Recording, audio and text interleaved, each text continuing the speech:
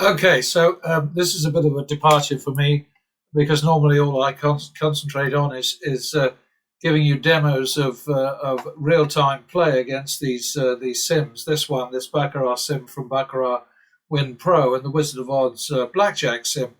And if you don't believe me that sims are every bit as accurate and every bit as relevant and informative and useful as real play with real cards out of a real shoe in a real casino with a real dealer opposite and with real money on the table, then there's nothing I can do for you. You're just wrong.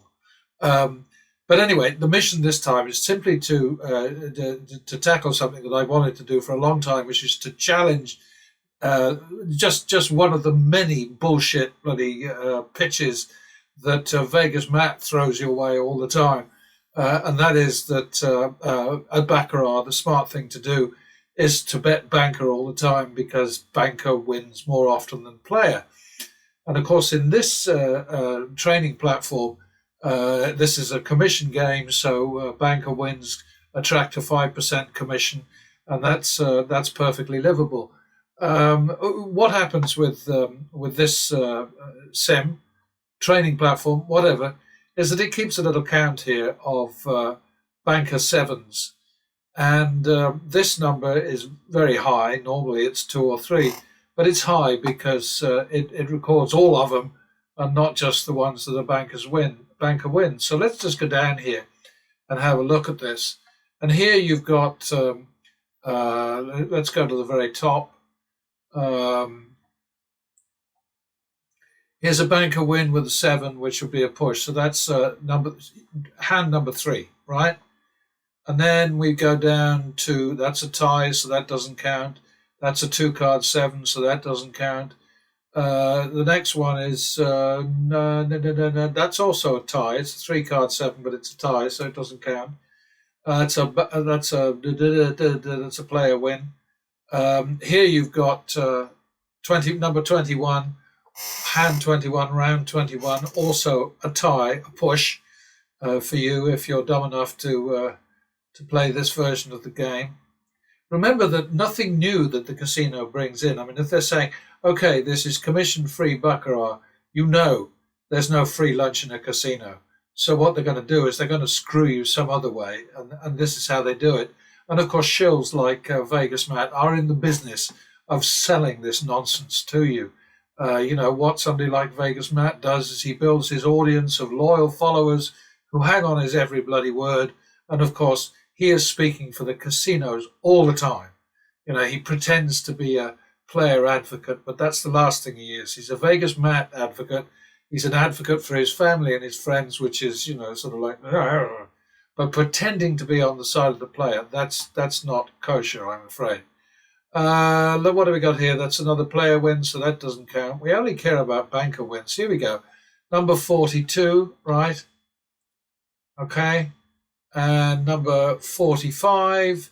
I think that's it. So four times in this session, we got into um, a tie situation where they're they're not going to pay you for your winning bet, and that's just not on. I mean, Vegas Matt also promotes double down madness at blackjack and free bet blackjack because he's in the pocket of the casino biz. He's not looking out for you. So any game that the casino can beat you easier at is a good game for him to pitch to you. That's his job. That's he's just doing his thing. Now let's just have a think about the numbers here for a moment. All right, so I have to admit that from time to time I can get a little bit worked up when I watch these shills like Vegas Matt and Co, Bobby Rivas and so on at work, pretending that they're there for the entertainment, delight, whatever of players. Then really what they're there to do is to drag as many people into the casinos as they possibly can, persuading them all that it's such fun to lose. And so I do sometimes get a bit carried away, and I apologize for that.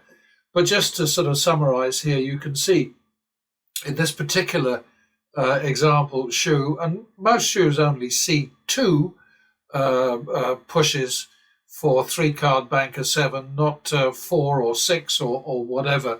2 is about average, but it's still a very expensive alternative to 5%. So if you look at these 73 hands here, I mean, 8 were ties, all right. So we had 39 banker wins for a total win of 13,000, 26 player wins, which of course were banker losses. The house rake from the 4 banker wins, which had a 3-card 7 win, was 4,000. So that's 30.8% sliced off the top of your winnings, right? The no commission charge, of course, should fairly apply to all wins, so it should be applied to 39,000 on average in banker wins. That's assuming you're betting stupidly like Vegas Matt and Co. and either betting flat or all over the place randomly. And you need to understand, if you don't already, random betting is exactly the same as flat betting. It's just a little fancier, it's a little flashier. But in the end, it comes down to exactly the same thing, mathematically speaking. So, random betting is not going to win any more successfully than flat betting. But anyway, moving on. The traditional 5% commission penalty on wins of 39,000 on banker would be 1,950. You're shelling out 4,000, okay?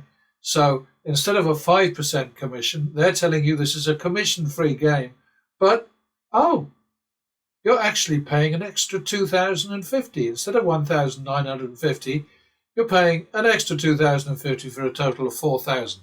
That's all I'm trying to get across here. Don't listen to these shills, for goodness sake. They are not your friends.